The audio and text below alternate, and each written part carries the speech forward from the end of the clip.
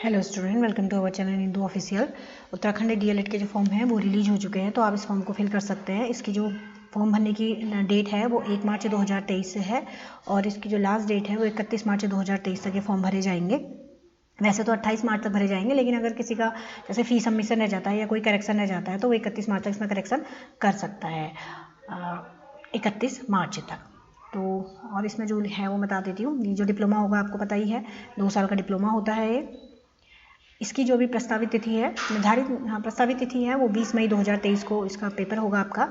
जो फॉर्म भरे जाएंगे upsc.up.gov.in से भरे जाएंगे। एक ऑफिशियल वेबसाइट ये है और एक वेबसाइट और बता देती हूँ मैं आपको। अगर इस फॉर्म को भरेंगे uk.deled.com से इस फॉर्म को आप फिल कर सकते हैं। तो 20 मई को इसका पेपर होना है, 1 मार्च से फॉर्म भरे जा रहे हैं।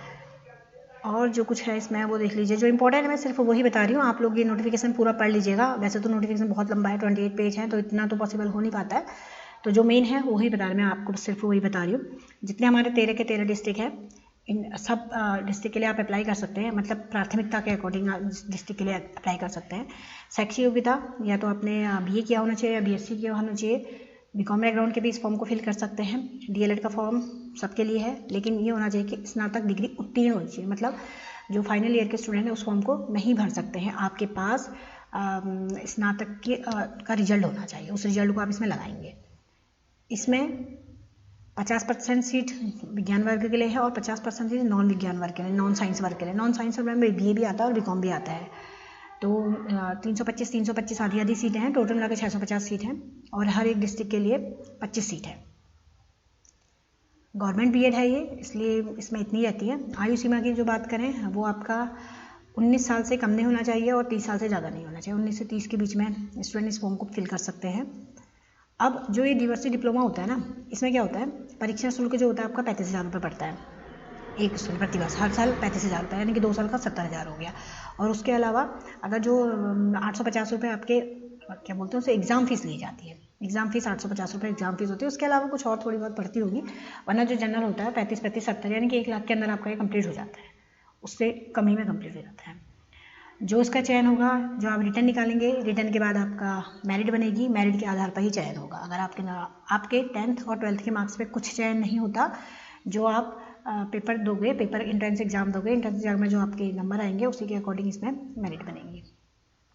पेपर बहुविकल्पी पेपर होगा आपका, ऑब्जेक्टिव क्वेश्चन आएंगे, 2.5 घंटे का समय मिलेगा। हर एक क्वेश्चन के लिए 1 नंबर मिलेगा और एक गलत क्वेश्चन के लिए वही 1/4 है, यानी कि 4 क्वेश्चन गलत हो जाएगा तो 1 नंबर कट जाएगा। पेपर में क्या आना है, सामान्य ज्ञान आएगा, सामान्य बुद्धिमत्ता आएगी, तर्क शक्ति आएगी, सामान्य संख्यात्मक योजना यानी कि मैथ्स, हल्की फुल्की मैथ्स आएगी और शिक्षण।